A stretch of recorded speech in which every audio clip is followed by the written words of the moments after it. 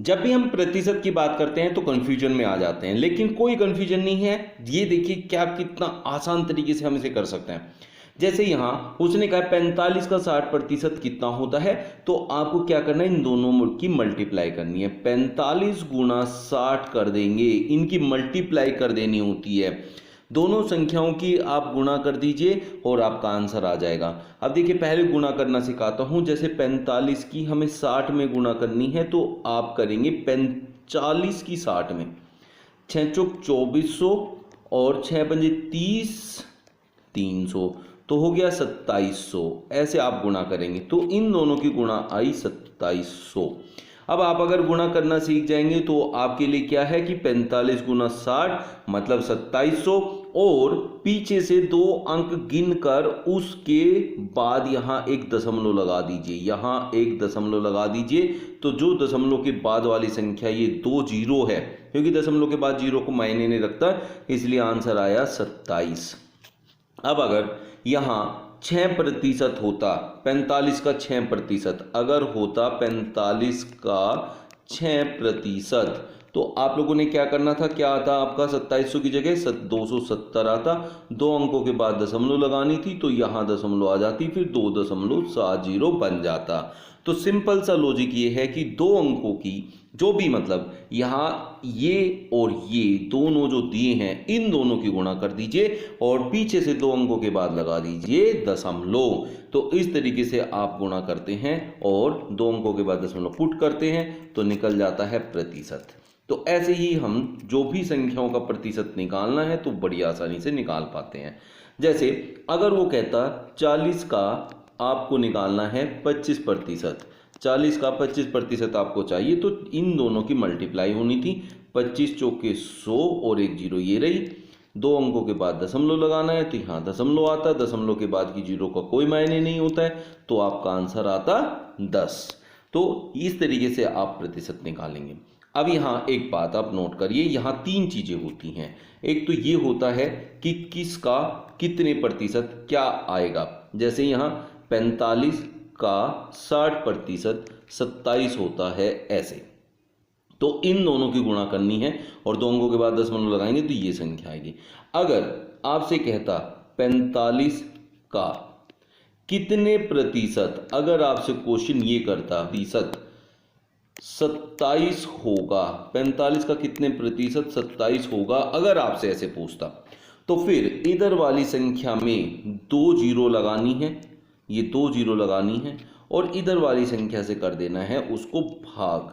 9 पंजे 45, 9 तिये 27, 5 से काटेंगे तो 60 आएगा। ये आपका आंसर होगा। तो 60%, देख लीजिए बिल्कुल 60%। तो अगर इधर की संख्या दी है उसमें हमेशा 2 जीरो लगाकर इस संख्या से भाग कर देंगे। ये दी है तो इससे भाग कर दो, और ये दिया है तो इससे भाग कर दो। ये दिया है तो ये निकल कर आएगा, और ये दिया है तो ये निकल कर आएगा, अगर इधर की संख्या दी है तो। नेक्स्ट टाइप देखते हैं। अगर आपके पास जैसे ये देखिए 27 45 का कितने प्रतिशत होगा, जो वो भी पीछे आपको समझाया। 27 जो है उसने कहा 27 45 का कितने प्रतिशत होगा, तो हमने निकाला भी 60। तो मैंने क्या बताया, जो वो पूछता है कह रहा है 27 कितना होगा, 27 45 का कितने प्रतिशत होगा, तो 27 में 2 जीरो लगानी है और 45 से कर देना है भाग, काटेंगे तो आएगा 60%। ऐसे टाइप से। तो ये आपको ध्यान रखना है कि जब भी इधर वाली ये वाली संख्या दी हो ये, तो आपको 2 जीरो लगानी है और इस संख्या से कर देना है भाग। कितना आसान बन जाएगा आप लोगों के लिए प्रतिशत। नेक्स्ट है, अगर अनुपात में आपको संख्याएं दी हैं और आपसे पूछा है प्रतिशत में, इसका मतलब होता है कि 5 4 का कितने प्रतिशत है। तो जब भी आपको ऐसे अनुपात में संख्याएं दी हैं तो उन्हें लिखते हैं बटे में, और गुना 100 करते हैं तो आप उसे कन्वर्ट कर देते हैं प्रतिशत में। ये सीधा सीधा बन जाता है प्रतिशत। 4 से काटो तो 25, 25 पंजे 125%, 125%। अब आपको एक बात समझाता हूं कि अगर 4 से 4 की बात करें कि 4 4 का कितने प्रतिशत होता है, तो वो होता है 100%। इसका मतलब जो संख्याएं जो है, जिस भी संख्या की बात करें, वो संख्या खुद का 100% होती है।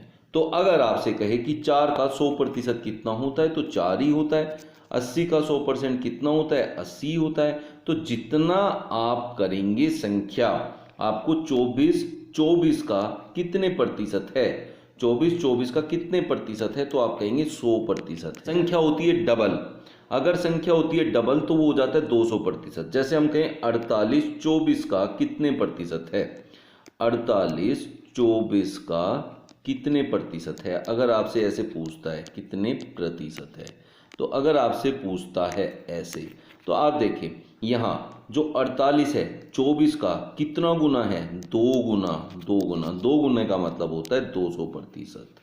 तो 1.5 गुने का मतलब होता है 150%। 3 गुने का मतलब होता है 300%। इसी तरीके से आप यहाँ देखें तो 5 4 का कितने प्रतिशत है, तो देखिए 4 से ज़्यादा संख्या, ये जो 5 है ना 4 से ज़्यादा है, इसलिए ये 100% से ज़्यादा आंसर आया था 125%। तो इस तरीके से इनको यूज करेंगे। नेक्स्ट देखिए 90 का कितने प्रतिशत 270 होगा। तो देखिए 90 का कितने प्रतिशत, मैंने बताया जब बाद वाली संख्या देता है कि कितने प्रतिशत इतना होता है, तो उसमें मैंने आपको समझाया कि उसके पीछे 2 जीरो लगानी है और इस संख्या से कर देना है भाग। ये 0 से 0 कट गया, 9 3 27, 300%। 300%। दूसरा तरीका क्या मैंने आपको समझाया, इसका कितना गुना ये है वो देख लीजिए तो आपका आंसर आएगा। तो 90 का 270 होता है 3 गुना, 3 गुने का मतलब होता है 300%। दूसरा तरीका ये है जो बहुत इजी और बहुत जल्दी कैलकुलेटिव होने वाली चीजें हैं। अब अगर आपको कहता कि यहाँ 90 का कितने प्रतिशत, देखिए ध्यान दीजिए 90 का कितने प्रतिशत 45 होगा, तो देखिए 90 का कितना गुना है, आधा। 90 का कितना गुना है, आधा। आधे का मतलब है 50%। आधे का मतलब हो गया 50%। तो आपको इसका कितना गुना ये संख्या है वो देख लेंगे तो भी हमारा आंसर आ जाता है।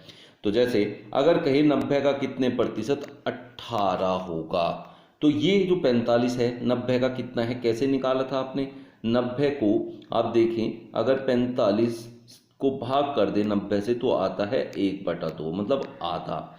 ऐसे ही आप 18 को करेंगे 90 से भाग तो कितना हो जाएगा, 18 पंजे 90, 1/5 हिस्सा। 1/5 होता है 20%। 1/5 होता है 20%। जिसको नहीं पता है वो देख लीजिए, 1/5 और प्रतिशत में बदलना है तो गुणा 100 कर देंगे, तो 5 से काटेंगे तो 20% बन जाएगा। ऐसे हम इसको कैलकुलेट करते हैं।